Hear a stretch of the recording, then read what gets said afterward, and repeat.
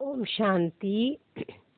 ईश्वर नाम रूप से न्यारा है और नाम रूप से न्यारी कोई चीज नहीं है। ये बाबा ने मुरली में हर बोलता है ये दोनों बातें। तो बाबा एक तरह बोलते हैं ईश्वर नाम रूप से न्यारा है और फिर कहते हैं नाम रूप से न्यारी कोई चीज है नहीं। तो इसके पीछे के भाव को समझते हैं।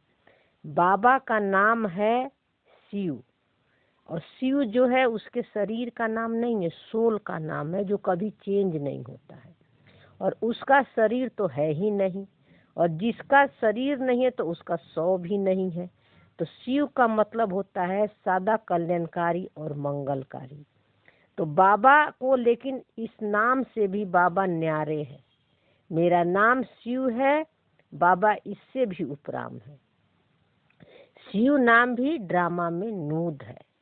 तो देखो, तो इसलिए बाबा बोलता है कि मैं नाम से भी परे हूँ। दूसरा रूप, उसका रूप क्या है? हम मनुष्य जैसा नहीं है, देवताओं जैसा उसका रूप नहीं है। उसका रूप क्या है? ज्योति, लाइट। कौन सी लाइट है? ये फिजिकल लाइट नहीं, ज्ञान की लाइट, समझ की लाइट है। और वे सभी आत्माओं को ज्ञान की समझ देता है, यानी सारे मनों को जो रोल में फंसे हुए हैं उनको ज्ञान की लाइट देता है, समझ देता है ना। और कहता है कि जैसे मैं संसार को साक्षी होकर देखता हूँ, जैसी दुनिया है वैसे नहीं देखता हूँ, न्यारे और प्यारे होकर देखता हूँ, साइलेंस में साक्षी दृष्टा होकर। तो ये दुनिया हमें जैसी है वैसी नहीं दिखती है, एक वाइब्रेशन और एनर्जी दिखती है। इसलिए बाबा को नाम रूप से भी न्यारा है, अपने रूप से भी न्यारा है।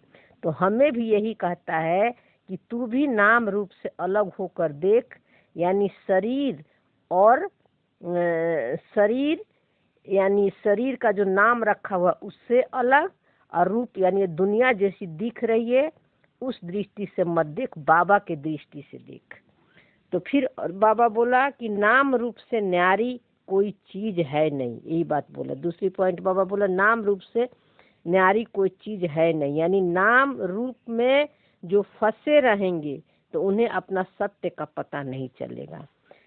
आत्मा और परमात्मा का अनुभव करने के लिए उसको नाम रूप से भी न्यारे और प्यारे होना पड़ेगा, यानी उपराम जाना पड़ेगा, परे जाना पड़ेगा, है ना।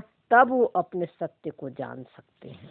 इसलिए बाबा कहता है कि नाम रूप से न्यारी कोई है, कोई चीज है और वो तुम्हारा सत्य है, जिसका ना कोई नाम है, ना कोई रूप है, ना कोई आकार है ना, वो निराकार है। तो इसलिए बाबा दोनों बात बोलता है, इसलिए हमें कंफ्यूज नहीं होना है। और ये सब मुरली के पॉइंट है ना। मुरली के पॉइंट के पीछे के भाव रिकॉर्डिंग होती है। तो जब ये सब आपको समझ में आ जाएगी तो आपको मुरली की सारी क्लियरिटी होने लगेगी, आपकी बुद्धि खुलती जाएगी। इसलिए इधर उधर की ज़्यादा न सुनने के कारण मुरली के सिर्फ मुरली पर अटेंशन दो, मुरली के एक एक पॉइंट को जो ये सब समझ में ये समझो तो आपकी बुद्धि खुल जाएगी, आपकी स्थिति बन जाएगी। ओम शांति। थैंक यू बाबा, शुक्रिया।